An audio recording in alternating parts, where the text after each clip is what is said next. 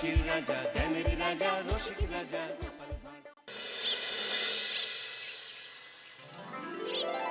সত্যি এই বছর আমাদের কৃষ্ণনগরে ঠাকুর মুখ তুলে চেয়েছেন। হ্যাঁ মহারাজ, ধান একেবারে পরিপূর্ণ হয়েছে। তা কবে ধান কাটা হবে পুটির বাবা? ধান তো একেবারে পেকেই এসেছে, সপ্তাহখানেকের মধ্যে ধান কাটতে হবে। বেশ বেশ, তাহলে তো ভালোই হলো। এই মাসের শেষের দিকেই তো নবাব বাহাদুরকে শস্যের খাজনা পাঠানোর কথা। হ্যাঁ মহারাজ, এবারে নবাব বাহাদুর খুশি হবে। ঠিক বলেছ গোপাল।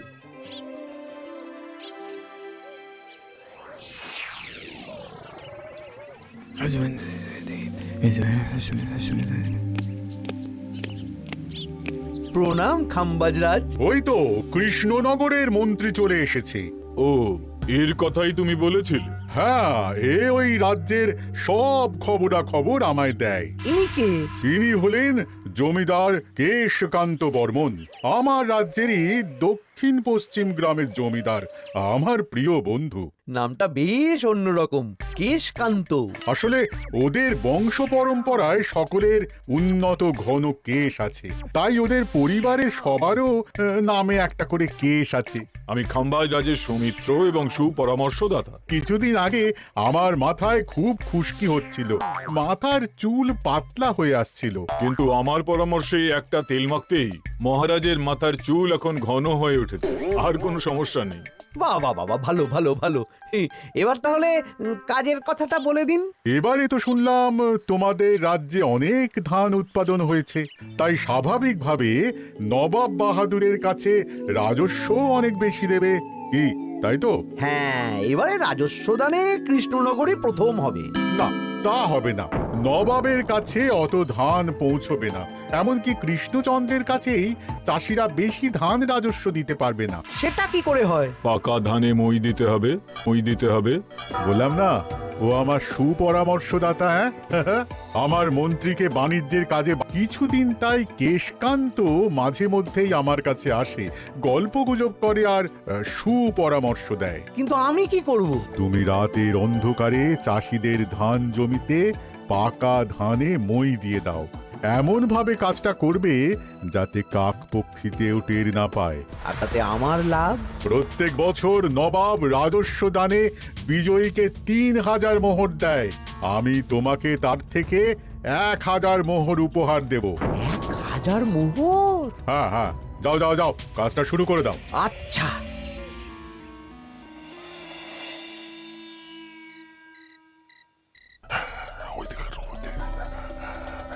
তাহলে আর দেরি কেন, মন্ত্রী মশাই কথা মতো কাজ শুরু কর। হ্যাঁ চল।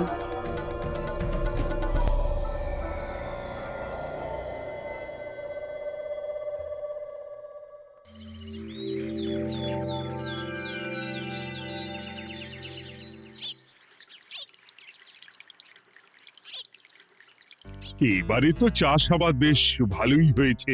আশা করি নবাব বাহাদুরের কাছ থেকে এবারে আমরাই পুরস্কার পাবো। হ্যাঁ মহারাজ, সারা বাংলায় কৃষ্ণনগরের মতো উৎপাদন এই বছরে কোথাও হয়নি। সর্বনাশ হয়ে গেছে মহারাজ, সর্বনাশ হয়ে গেছে। কি সর্বনাশ হয়েছে গো পুটির বাবা? গতকাল রাতে আমাদের সব জমির পাকা ধানে মই দিয়ে দিয়েছে। সে কি? এবার আমরা কি করব মহারাজ? কাদের কাদের জমিতে হয়েছে এসব? যেই জমিতে তাকাবেন সেই জমিতেই এই কাণ্ড, ধান ঝরে সব মাটিতে পড়ে আছে। এবার আমরা কি করব? হায় হায় হায়, এবার আমাদের রাজ্যের কি হবে? নবাব বাহাদুরকে তো জবাব দিতে পারবো না।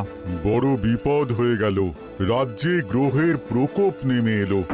ও, আর কদিন পরেই আমার টেকে আসবে ১,০০০ মোহর। ঠিক আছে, তোমরা সবাই এখন বাড়ি যাও। না, আমার মন মেজাজ ভালো নেই।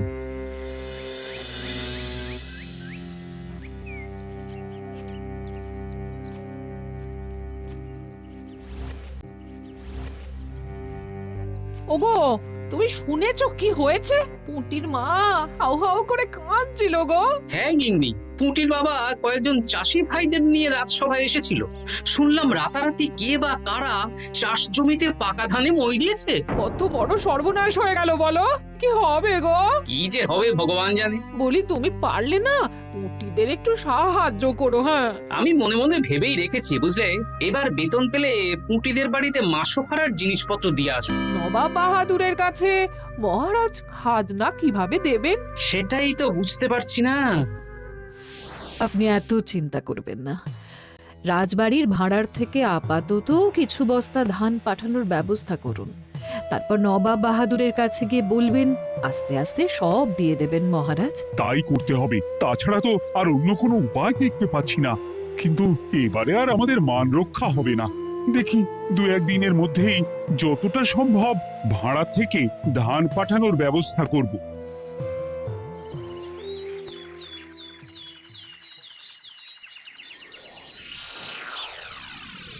এই বছর 10,000 বস্তা ধান রাজস্ব এসেছে খাম্বাজ রাজ্য থেকে, 7,000 বস্তা ধান এসেছে বর্ধমান রাজ্য থেকে, আর মাত্র 100 বস্তা এসেছে কৃষ্ণনগর। এবছরের বিজয় রাজ্য হচ্ছে খাম্বাজ রাজ্য। খাম্বাজ রাজ্যের রাজার হাতে 3,000 মোহর উপহার হিসেবে তুলে দিচ্ছেন। আর কৃষ্ণচন্দ্র, তোমার রাজ্যের এরকম হাল কেন? এবারে আমাদের সমস্ত রাজ্যের পাকা ধানে কেউ বা কারা মই দিয়ে দিয়েছে। সেসব তোমার মাথা ব্যথা, আমার ধান কোথায়? 100 বস্তা ধান রাজস্ব, কম করে 800 বস্তা ধান রাজস্ব দেওয়ার কথা, কিন্তু তুমি তোমার কথার খেলাপ করেছো। এই বছর আমি নিরুপায় জাহাপানা। আমিও নিরুপায়। হয় তুমি আগামী 1 সপ্তাহের মধ্যে আমাকে 5,000 মোহর দেবে, নইলে কৃষ্ণনগরের সিংহাসন থেকে সরে যাবে। এত বড় শাস্তি দেবেন না নবাব বাহাদুর। আপনি অন্তত মাস 6 সময় দিন, আবার ধান চাষ করিয়ে আপনাকে প্রাপ্য ধান দেওয়া হবে। বেশি কথা বলছো কৃষ্ণচন্দ্র, তুমি 5,000 নয় 6,000 মোহর 1 সপ্তাহের মধ্যে দেবে। বেটা গোপাল বেশি পাকা, অত কথা বলতে কে বলেছিল? গোপাল, এটা তুমি কি করলে? হায় হায় হায়! সর্বনাশের সময় যখন ঘনিয়ে আসে তখন বিপদের ওপর বিপদ এভাবেই আসে। আমার পাওনা। আরে এখন না, তোমাকে পাঠিয়ে দেব। ওই দেখুন, খাম্বাজ রাজের সাথে কথা বলছে। এখন বেশি কথা বললে কৃষ্ণচন্দ্র আর গোপাল সন্দেহ করবে। চলুন তো দেখি ওখানে গিয়ে কি কথা বলছে। কি কথা বলছো মন্ত্রী? মন্ত্রী আমায় বিজয় অভিনন্দন জানাচ্ছিল। বিজয় অভিনন্দন তো উপহার পাওয়ার সময় জানাতে পারতেন মন্ত্রী মশাই। যাই হোক, আপনাকে তো ঠিক চিনতে পারছি না। আমার নাম কেশকান্ত, আমি খাম্বাজ রাজ্যের দক্ষিণ পশ্চিম গ্রামের জমিদার। কেশকান্ত আমার বিশেষ বন্ধু। আপনার কেশ নিয়ে বেশ ভাব দেখছি। হ্যাঁ, ওই কদিন আগে তো খাম্বাজ রাজের মাথার চুল পাতলা হয়ে আসছিল, খুশকি হচ্ছিল আর কি। তো ওনার পরামর্শে একটা তেল মেখেই তো খাম্বাজ রাজের আবার ঘন কালো চুল ফিরে এসেছে। কেশকান্ত জমিদার হতে পারে, কিন্তু ওর অর্থনৈতিক অবস্থা তাবর রাজাদের থেকে অনেক ভালো। কয়েক হাজার বিঘা জমির মালিকও, তার সাথে চুলের তেলের ব্যবসা করেও হাজার হাজার মোহর রোজগার করে। এই এখন চুল নিয়ে চুলোচুলি না করে চলো কৃষ্ণনগরে ফিরি। এমনিতেই মন মেজাজ খারাপ, 1 সপ্তাহের মধ্যে আবার 6,000 মোহর জোগাড় করতে হবে। হ্যাঁ, চলুন চলুন।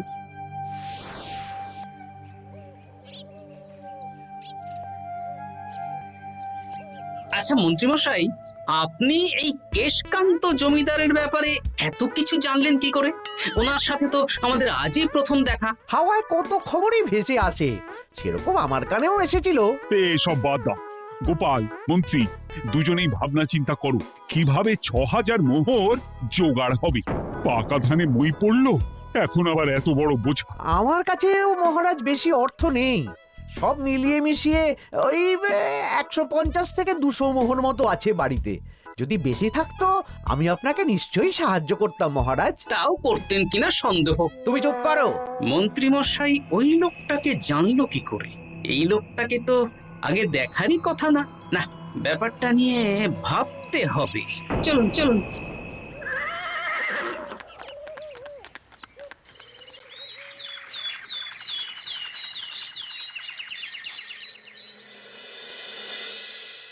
বুঝলে গিন্নি, 1 সপ্তাহের মধ্যে মহারাজকে 6000 মোহর জোগাড় করতেই হবে, নইলে সিংহাসন ছাড়তে হবে। এখন কিন্তু আমাদের উচিত মহারাজের পাশে দাঁড়ানো। কিছু ভেবেছো কি? আপাতত আমার বিয়েতে পাওয়া আংটি বন্ধক রাখবো, আর তুমি যদি হ্যাঁ হ্যাঁ, আমার যে দুটো গয়নাগাটি আছে ওগুলো বন্ধক রাখো, পরে আস্তে আস্তে ছাড়িয়ে নেবক্ষণ। দেখি বাকি সভাসদদেরকেও বলবো, যে যতটা পারে, তারপর ভগবানই ভরসা।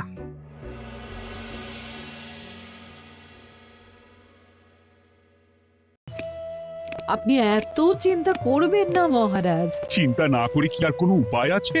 সিন্ধুকে যা আছে তা দিয়ে 3000 মোহর হয়ে যাবে, কিন্তু তারপর আর কি করব? এবার কি নিরুপায় হয়ে জায়গা জমি বিক্রি করতে হবে? কিছু একটা করতেই হবে। আপনি গোপালকে একবার বলে দেখুন, প্রত্যেকবার যখনই বিপদে পড়েছেন তখন গোপালই আপনাকে বাঁচিয়েছে। দেখি আগামীকাল রাজসভা শুরু হওয়ার আগে গোপালের সাথে ব্যাপারটা নিয়ে আলোচনা করব।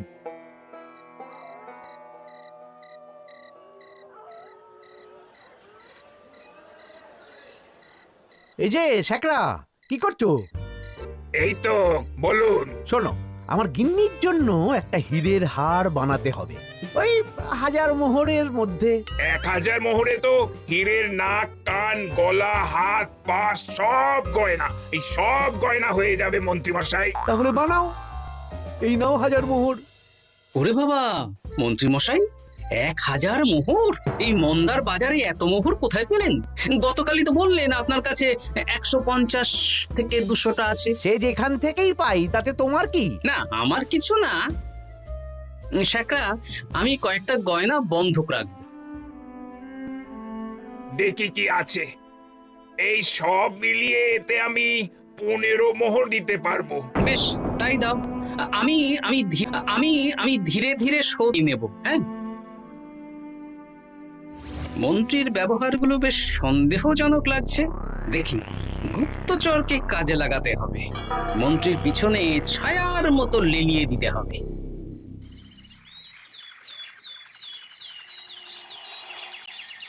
মহারাজ, আমি চেষ্টা করছি আপনার এই মোহর কিভাবে জোগাড় করা যায়, আপ্রাণ চেষ্টা করছি। দেখো, আমি 3000 মোহর পারবো, কিন্তু তার বেশি হলে জায়গা জমি বেচতে হবে, হাতে যে বেশি দিন সময়ও নেই। আচ্ছা মহারাজ, দেখছি। তবে মন্ত্রীমশাই চাইলেই আপনাকে 1000 মোহর দিয়ে সাহায্য করতে পারতেন, কিন্তু উনি তা না দিয়ে ওনার গিন্নির গয়না বানাচ্ছেন, হীরের গয়না। সে তো কালকেই বললো ওর কাছে 150 থেকে 200 মোহর আছে মাত্র, 1000 মোহর কোথা থেকে পেল? সে উনিই জানেন, তবে তার খবর খুব তাড়াতাড়ি আশা করি পেয়ে যাব মহারাজ।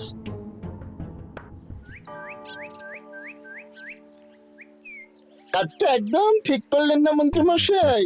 আপনার কথা শুনে আমরা সবার জমির পাকা ধানে মই দিলাম, কিন্তু আমরা একটা পয়সা পেলাম না। আপনি যে এই কাজ করার জন্যে খাম্বাজ রাজার কাছ থেকে ওই 1000 মোহর উপহার পেলেন, সেটা দিয়ে গিন্নির গয়না বানাতে দিলেন, কিন্তু আমাদের বেলায় লবডঙ্কা। আরে তোদেরকেও দেবো, একটু সবুর কর, আগে গিন্নির মাথাটা ঠান্ডা করি। না না, আমাদের এক্ষুনি চাই। আরে এক্ষুনি কি করে দেবো, আমার হাত খালি। আচ্ছা ঠিক আছে, এই নে 2 মোহর ধর, 2 ভাই ভাগ করে নে, পরে আরো দেবো। এটা কিন্তু ঠিক না। এসব আলোচনা খোলামেলা জায়গায় করা উচিত না। উফ, পরে তোদের সাথে কথা বলবো, এখন যেতে দে, বাজার করব, তারপর আবার রাজসভা আছে।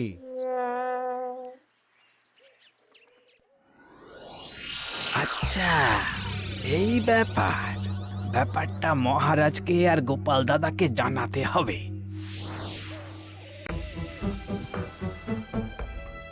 গোপাল দাদা, মহারাজ আসল খবর পেয়ে গেছি। একটু আগে শুনলাম। কাজটা একদম ঠিক করলেন না মন্ত্রী মশাই। আপনার কথা শুনে আমরা সবার জমির পাকা ধানে মই দিলাম, কিন্তু আমরা একটা পয়সা পেলাম না। আরে তোদেরকেও দেবো, একটু সবুর কর।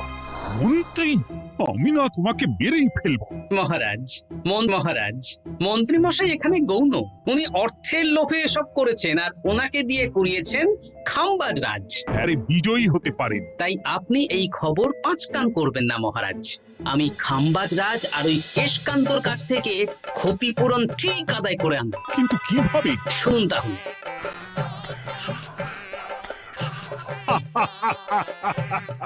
দারুণ বুদ্ধি। তাহলে এখন আসি মহারাজ, এখন আসি মহারাজ। কাউকে কিচ্ছু বলার দরকার নেই। আপনি শুধু আগামীকাল সন্ধেবেলা খাবারে চলে আসুন। পারলে নবাব বাহাদুরকেও সঙ্গে করে নিয়ে আসুন। হ্যাঁ,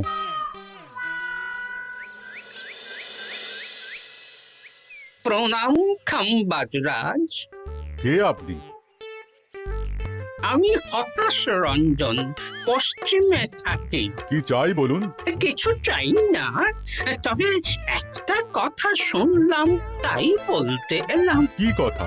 আমি শুনলাম মহারাজ আপনার মাথার চুলগুলো সব নকল।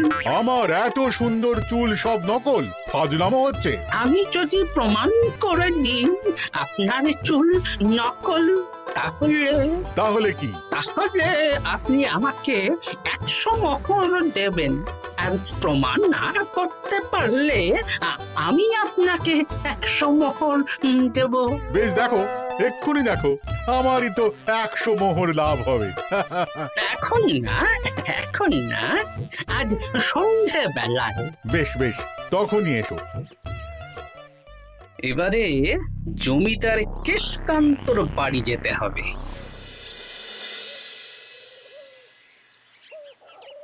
জমিদার মশাই বাড়ি আছেন? কে মশাই আপনি? আমি হতাশ রঞ্জন, পশ্চিমে থাকি। আমি বিশাল ক্ষমতাশালী লোক। কিসের ক্ষমতা? আমি রাজরাজাদের মারধর করি, চুল ধরে টানি, শাস্তি দিই। এসব কি উল্টোপাল্টা বলছেন? খাম্বাজ রাজ আপনার বন্ধু না? হ্যাঁ, প্রিয় বন্ধু। ওনাকেও আমি আপনার সামনে চুল ধরে টানবো, কিন্তু উনি কিচ্ছু করতে পারবেন না। উনি আপনাকে শুলে চড়াবেন। কিছুই করতে পারবেন না। বললাম না, আমি বিশাল ক্ষমতাশালী লোক। বিশ্বাস হচ্ছে না তো? তাহলে বাজি ধরুন, 10,000 মোহরের বাজি। 10,000 মোহরের বাজি? হ্যাঁ, আজ আমি খাম্বাজ রাজের রাজবাড়ি যাব, আর আমার শক্তি প্রদর্শন করব। ওনার চুল ধরে টানা হেঁচড়া করব, ওনাকে আহত করব, কিন্তু উনি আমাকে কিছুই করতে পারবেন না। বেশ, রাজি। বাজি 10,100 মোহর দিতে পারবেন তো? হ্যাঁ, আমি বাজি হারলে আপনাকে দেব 10,100 মোহর। দরকার হলে ওই কাগজে কলমে লিখিত পরিত করে নিন। বেশ, তাহলে তাই হোক। কিন্তু হ্যাঁ, একটা কথা, আমি শক্তি প্রদর্শন করার আগে থেকে প্রক্রিয়া চলাকালীন সময় পর্যন্ত আপনি খাম্বাজ রাজের সাথে কোনো কথা বলতে পারবেন না। বেশ বেশ।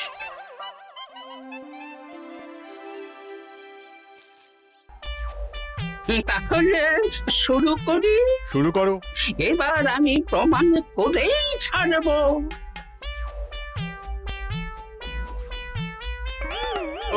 আরে, লাগছে লাগছে, বাবারে, লাগছে এই সেরেছে। লাগছে এ তো সত্যি সত্যি চুল ধরে টানছে। লাগছে লাগছে, বাবারে, বাবা। ওরে বাবা রে বাবা, কি শক্ত! এ কি, খাম্বাজরাজ কিছুই তো বলছেন না? তাহলে কি আমি হেরে গেলাম? না না খাম্বাজ রাজ, আমার ধারণা ভুল। যা শুনেছি তাও ভুল। এবার বিশ্বাস হলো তো? দাও দাও, এবারে 100 মোহর দাও। দিন কেশকান্ত মশাই, আমাকে 10,100 মোহর দিন। এ কি, ও তোমাকে 10,100 মোহর কেন দেবে? ওনার সাথেও তো বাজি ধরেছিলাম। কি বাজি? আপনার এখান থেকে বেরিয়ে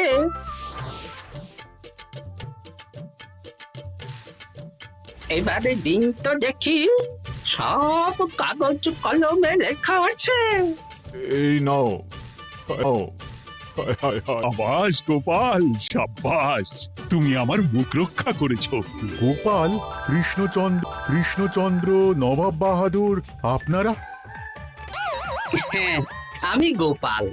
এটা ছাড়া আর কোনো উপায় ছিল না খাম্বাজরাজ। আপনি আমাদের মন্ত্রীর মাথা খেয়ে যে জঘন্য কাজটা করিয়েছেন সেটা তো আর প্রমাণ করতে পারতাম না, তাই ছলে বলে কৌশলে আপনার প্রিয় বন্ধুর কাছ থেকে আদায় করে নিলাম। হ্যাঁ নয়, হ্যাঁ।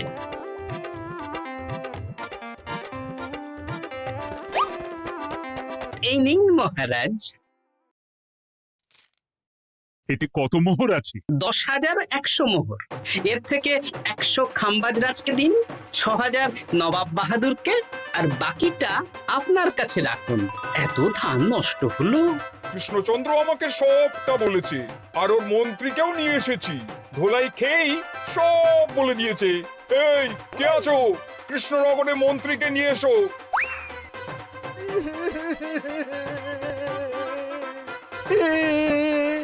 মার খেয়ে আমি সব বলে দিয়েছি খাম্বাজরাজ। উদ্ধার করে তো জাহাপানা, আমাকে ক্ষমা করে দিন। এর কোনো ক্ষমা নেই। তোমাকে আমি কারাগারে বন্দি করব। হায় হায় হায়, সামান্য টাকার লোভ করতে গিয়ে পুরো মাঠে মারা গেলাম।